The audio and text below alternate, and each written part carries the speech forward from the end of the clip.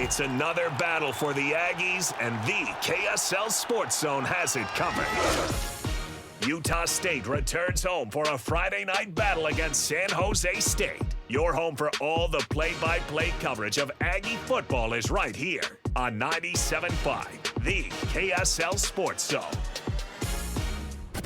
You're locked on to JJ and Alex on 97.5, the KSL Sports Zone. Welcome back. It is JJ and Alex, 97.5, the KSL Sports Zone. Alex Curie, Jeremiah Jensen, and you. Thanks for being a part of the program.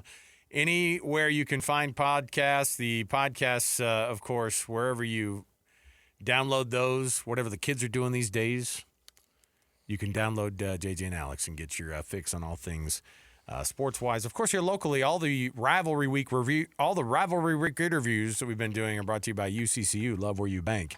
One of my favorite people ever as part of this rivalry. He's the leading scorer in the history of Utah football. And it's not even close, by the way. Andy Phillips, four-time All-Pac-12, All-American, all those things. And now I think you guys just added a new baby to the fold. Andy, congrats, man, and thanks for being on the program. Oh, thanks for having me, guys. It's a pleasure to be with you. You know, Alex, I wish it was my baby. He's the cutest thing in the world.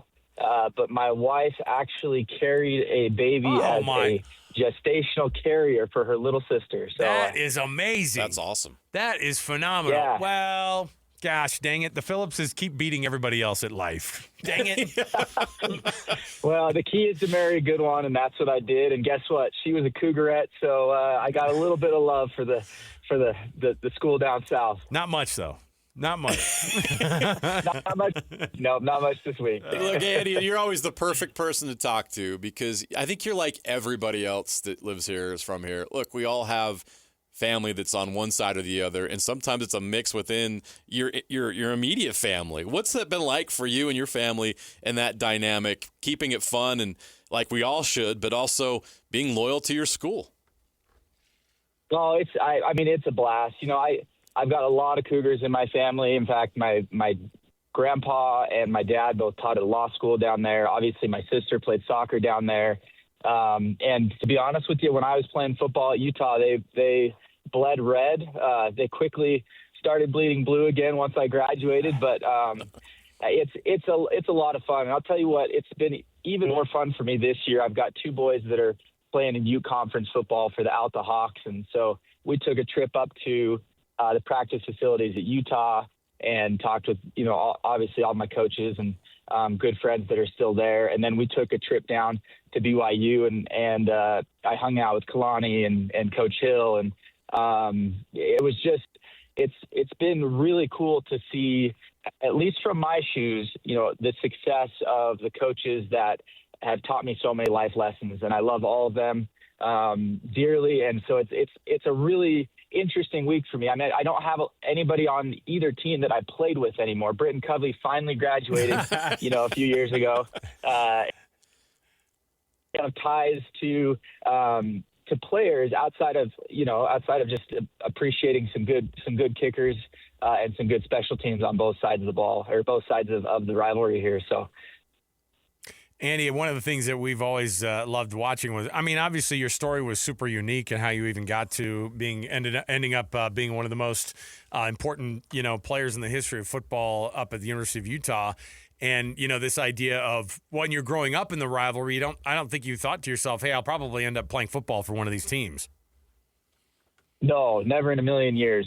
Never in a million years did I think I was playing football until probably, you know, a day before I got an email back from Coach Hill that said, hey, come on up and we'll let you walk on at Utah for the summer and see what you're made of. So I loved growing up in the rivalry. It was a lot of fun. I won't tell you what side I was on this week, but you know, after getting recruited and playing up at Utah and having that play out the way it did, this week is just, it's a blast. And I'm excited to go down to LaVelle Edwards Stadium. You know, great friends with Tom Homo, who retired, you know, and his grandson, Rocky, one of my son Max's best friends. And so there's just it's fun to go into that stadium, Raylan Singleton is a wide receivers coach down there. So there's so many ties when I go down there, even though I'll be in obnoxious red cheering for my youths. There's so much love for everybody in that stadium. You talk about crossover just with your family. Look at the coaches you played for. Like, we look at both staffs of these teams. It's like it's. I don't want to use the word incestual. That sounds weird to use in this term, but you can't tell. Like, my brain melts when I think about it. Gary Anderson's at BYU, for crying out loud. You just talked about Jay Hill. He's a lifelong Ute. Played there, coached there, and now he's at BYU. What's that dynamic like? And obviously it makes a lot of sense with what we've been talking about, that's the case, that you've had so much crossover. Yeah, a ton of crossover. With Jason Beck now, it's like, holy cow, you got to keep your secrets close to your chest and go into this week, kind of close the doors and figure it out. But that's what makes it so fun is, if you look back and you think, okay, you had Kalani up there with Morgan Scally, and they're scheming week in, week out, and they know exactly how each other analyzes film and how they recruit and how they schematically come up with things each week. You go, how the heck are they going to figure this out this weekend? Where you think they know you think you know each other's secrets, and I think that's part of what's made this rivalry game so close. Is there's not a lot schematically that I think these coaches don't know about each other. But there are still some secrets in there. There's still some ways around it. And then it just comes down to execution. Like who's going to make that one play that tips over the edge, that one extra yard, that field goal, whatever it might be, that defensive play. So I think that's what keeps it so close, and that's what keeps it so exciting. And like you said, I hope that the fans this year especially, there's a lot riding on it for BYU and for Utah. And so I hope everyone keeps it classy and understands that, hey, as much as we hate each other during the game, there's so much crossover and there should be so much love and so much. For me, it's like the state of Utah is in such a good spot with football. Mm-hmm. We have two great programs that are 5-1, 6-0, that are making names for themselves in the Big 12. You have Dave Portnoy, coming and reviewing our pizza all over the state. And, there's just Pat McAfee, is talking about how game day should have been here and they missed out big time. And it's great to have that national recognition. And then you get eyes on both of these programs. And I've always said, hey, if one program here is strong, it's helping out the other program, whether the fans like it or not. Andy, you have the choice. Your boys become Olympic-level skiers, or they play 4 years in this rivalry game. Which one are you picking?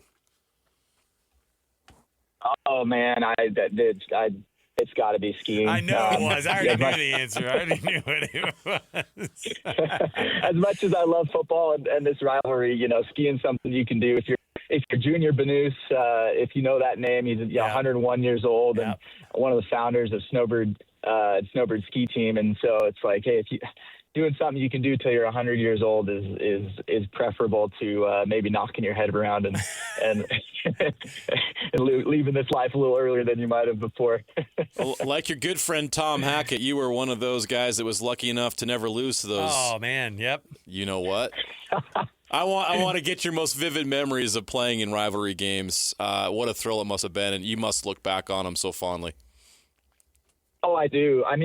Just to start off, my freshman year, we go down to LaVell Edwards Stadium, and you've got to understand, my grandparents have 8 tickets, I think 8 rows up right behind the opposing team, right behind the kicking net. And so I grew up going to those games and just heckling kickers and punters. And so I go down my freshman year and I find myself, in that position, and I'm looking up and there's my family and they're in red and they're cheering for me. And like everyone around them's like, what the heck's going on? And then I go over to Jody Maxfield, who's, who ran the Cougarettes and, 20 plus national champion coach, and giving her a hug and the Cougarettes a hug. And, fans are just going like, what is going on here? This is not right at all. And it was really fun for me because I had a great game. We came out on top. And, I got to do it right in front of my family and right in front of a lot of friends. And so I love that game. Next time we played, I think was in the Vegas Bowl. And it was such a weird game. I kicked off like 7 times within 5 minutes and Right. couldn't feel my leg. That was such a wild game. And then obviously the year I redshirted, I was on the sideline, but it was, that 2012 kind of crazy ending, fans rushing the field, and it just really crazy for me. Luckily, like Tom said, I'm one of those guys that never lost to the team down south, but man, I have some really fond memories and really cool experiences in these games, and just hats off to, I know I'm on a blue channel here, but seriously, it is like Rice Eccles gets loud and is a very unique experience, and it is just as loud in Lavelle Edwards, and I hate to say it because I love the mountains up north, but it's hard to beat. It's hard to beat that setting. And so when you're down there and you're on the sideline and you're looking up at those mountains, and now we've got a little bit of snow up there, it's such a pretty setting. So I'm stoked for this game on Saturday. I know it's gonna be loud. It's gonna be hostile. I'll have my 2 oldest boys there along with my wife, and just super excited to see what happens. I'm feeling good about my Utes, but as we know, this game comes down to 1 score typically in the last, I don't know however many, and so it should be something good. Andy Phillips, former kicker, of course, University of Utah, and married Megan, the Cougarette. And years later, here they are, both cheering on their respective teams. Does Megan cheer blue, though, still while she's down there, at least? So she will be in red. Oh, come on. Actually. Wow, she really loves you. She loves me. Yeah, you've got to remember. So we had 2 kids while I was playing football. We had Max and Gus. Max was in 2014, and Gus was in 2016, the Thursday before the rivalry game. And so she was just arms surrounded by those coaches, the coaches' wives, the wives of my teammates. And so there are some deep ties that were built there as a mother and as a wife to me while I was off kicking. And so she loves the Utah football program. She loves her Cougarettes. So she'll be actually wearing a blue shirt under her red sweatshirt, because at halftime, I think the Cougarettes are getting recognized. So she'll be in blue at halftime, but for the rest of the game, she'll be in red.